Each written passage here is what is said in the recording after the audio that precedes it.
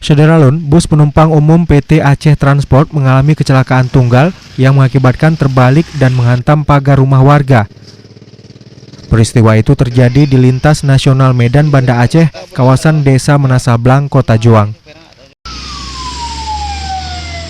Bus yang melaju dari arah Medan dengan tujuan Banda Aceh ini disopiri Ai 38 tahun dan mengangkut 7 orang penumpang.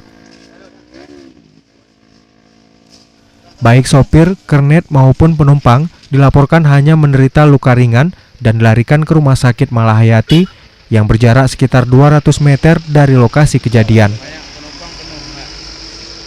Dari Biren, Ferizal Hasan, Serambi On TV.